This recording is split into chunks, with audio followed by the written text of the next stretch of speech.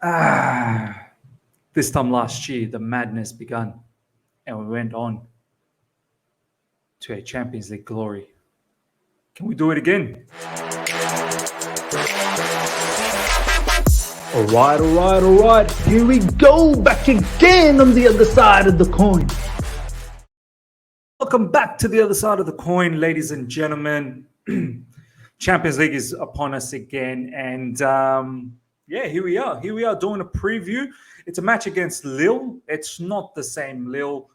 They're the French defending champion, but this season they've been very shambolic in their league.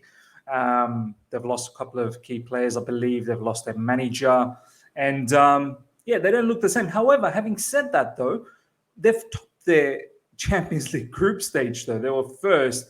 I believe they had Salzburg, Sevilla, and Wolfsburg. And when you think about it, that's a decent enough group to come first in, especially Salzburg, who's a very, very good team.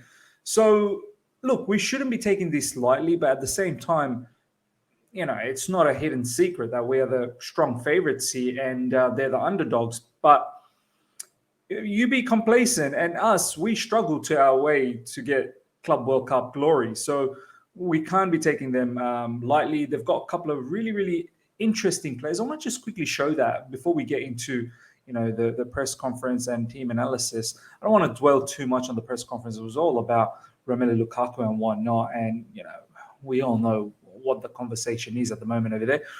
Look, Lille at a 0-0 against Metz recently, 1-0 win against Montpellier, 5-0 thrashing against 5-1 thrashing against PSG.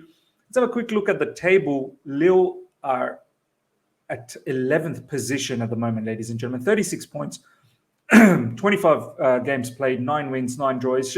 It's not looking great. Let's just go back to some of the recent matches. Let's have a look at how they lined up against Metz. I just want to showcase you who we can expect in their lineup. Jonathan David, he's the one at the moment who's flying high, not just for Lille, but for Canada as well in the international scene. Very good player, one to look out for. Burak Yilmaz, I believe, he's a decent enough player. You guys probably would have all remembered Jose Fonte from the Southampton days. He's decent enough as well. I don't really pay attention of too much of Lille. Don't really get to watch League matches too much, so don't know exactly what type of football they play. But for them to be champions last season, you'd expect that they play decent enough football. They've got Hatem Ben Arfa. If you guys remember Newcastle days, I remember him, and he's a very, very exciting player. Don't know if he's got that excitement package still. You guys can help me out in the live chat. But overall, as I'm saying, ladies and gentlemen, we can't be taking this team lightly. I think they've got Sven Botman as well in defense. So decent enough team. Someone... as I said, if you're a little bit complacent, can do the damage. In regards to our team in the press conference, ladies and gentlemen, all the talk was about Romelu Lukaku, and I feel sad for Thomas Tuchel to be thrown into the deep end and being asked about these sort of things. Look, at the same time, I want to know as well, but it is very difficult when they ask him what's going on, how come he only had 7 touches. I mean, what do you want Thomas Tuchel to reply with? I don't know. Why has he had 7 touches? That was the question, and from most of the journalists. And he said that, look, sometimes you have this, and he also mentioned that Chelsea have had a history with number 9s not doing well, and he doesn't understand why. It is a difficult, it's a demanding position, and it's very difficult for a number 9 to play for Chelsea, but it is what it is. He also mentioned that it's not the time to joke around about this. It's time to support. He will support. The team will support, and let's see what happens. And that's pretty much the gist of what the press conference was about, to be honest. Look, I'm hoping that we see some sort of attacking identity. I want us to bin the back 3 for the time being. Look, it's not about the back 3. I think we're going to have, whatever the formation is, without the ball in defense, you're going to see a shift in back 3 anyway.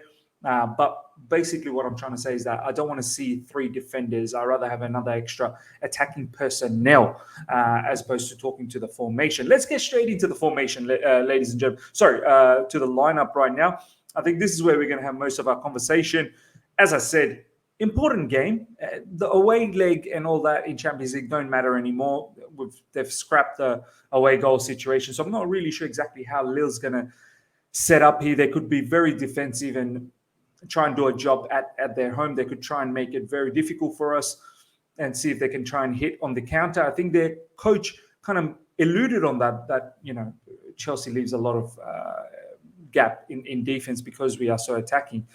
I mean, I don't know if we leave heaps of gaps, but yeah, in recent times, in counters, we have looked a bit in trouble, but, we've still been managed to get clean sheets. So we'll see. We'll see what sort of game plan Lille has. As I said, the scrapping of the away goal does sort of change the scenario because Lille could probably just be defensive and then look for a miraculous situation at home. Okay, ladies and gentlemen, this is the lineup that I'm going to go with. As I said, I've scrapped the back three. I'm going with a 4-2-2-2 or 4-1-4-1. At the end of the day, it doesn't really matter. I like the 4-2-2 situation with the kind of players that I'm going to go with. I'm going to have Mendy, undoubtedly Chelsea #1 goalkeeper, needs to continue on. I'm going to have Rudiger. Here, I'm actually going to have Christensen. And I'll tell you what, I'm going to save Silva for Liverpool in the Carabao Cup final. That's just around the corner as well on Sunday. And Silva's played in the Premier League just recently as well. I don't want to overdo him too much. Let's not forget the fact that he's 37. So Christensen plays alongside Rudiger.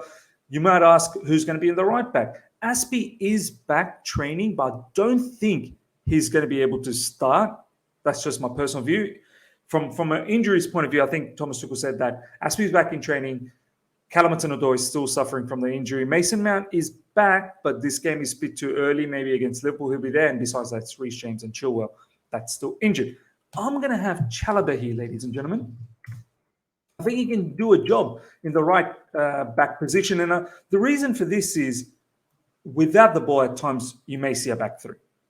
So Chalobah is perfectly suited for the RCB role. So for me, it's Chalobah on that side. I have to keep rewarding Malang Sarr. He's doing a fantastic job and he should be fresh enough to play this particular match. I have no issues with Alonso coming off the bench, ladies and gentlemen. And I think that particular scenario suits him and it gives us something different. If the match isn't going our way, we can add that attacking impetus with Alonso as we saw with that cross for Hakim Ziyech. In the middle, I'm going to have the bad boy Kovacic starting. Not only because we need him in midfield, I just feel like Jorginho and Kante, they don't give us that attacking impetus, as great as they are defensively probably, but going forward, and we're going to probably hold a lot of the possession in this particular match, I'd rather see Kovacic and see him breaking the lines with those passes. I'll go with Jorginho here. I'm going to rest Kante for this particular match and have him ready for the Liverpool match, which he 100% needs to start. That's the kind of match I want Kante to play.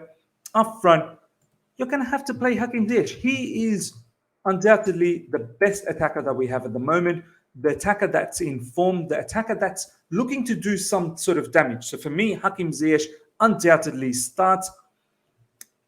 I'm going to go with the front two first, and then I'll come to the left-sided player. Just bear in mind, there is no Hudson-Odoi. He's still injured. Up front, as much as we may not want Lukaku, ladies and gentlemen, you're going to have to get used to this. He's going to start.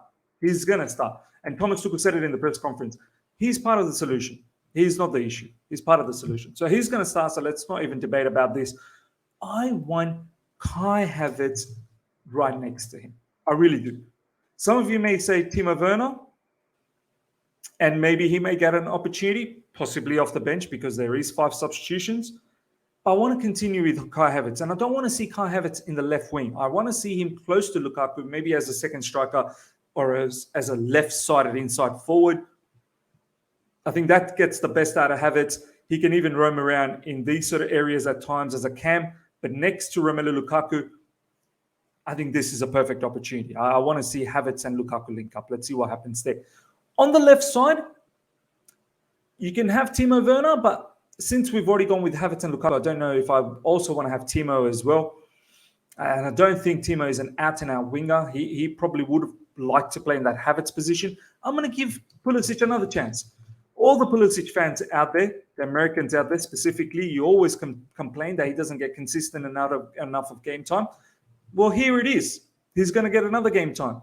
And he probably doesn't deserve it off the back of that match against Palace. So let's see what he does in his natural position, as you guys always mention. I've put him in his natural position. Let's see what sort of damage he does. Ladies and gentlemen, that's my lineup. Mendy, Rudiger, Christensen, Sarr, Chalobah. As I said, without the ball, at times you could see a situation like this where Chalobah becomes the RCB and ZIYECH drops in as an auxiliary sort of right wing back. But essentially with the ball, Chalobah as a right back. Jorginho, Kovacic in the middle. I want to see a lot more impetus from Kovacic going forward. All the positions that Kante was taking over against Palace, I want to see Kovacic in that. And I want to see what Kovacic is able to do. Up front, ZIYECH, Lukaku, Havertz, Pulisic, ladies and gentlemen. That's my lineup. I feel like that's a very, very strong lineup for me. Ladies and gentlemen, look, we're not banging in goals. We barely created that many chances against Crystal Palace. And let's be honest, even throughout the Club World Cup as well. But I'm hoping with repetition, with playing the same sort of team, the same sort of structure, we can get some rhythm. I'm hoping for a 2-0, 3-0, finish things off here. Don't have to worry too much in the away leg. Let's not make it too difficult for ourselves. 1-0 means we're going to have to try very hard away from home. And you don't know what's going to happen in France. The crowd over there could be electric. Let's get the job done, ladies and gentlemen. Let's give us a 2-3-0 victory. I'm going for 3-0. Let's go for 3-0. Hakim Ziyech to manufacture, architect, this particular attack. Maybe even get himself a goal and an assist. Maybe we can see Havertz, Lukaku in the goal sheet as well. So let's see what happens. Let me know what your thoughts are, ladies and gentlemen, with the lineup that I've come up with. How do you feel about it? How are you feeling moving into this particular game? If you've enjoyed this video, smash the like button. If you're here for the first time, subscribe. Hit the bell notification to stay in touch with all my content. Until next time, see ya.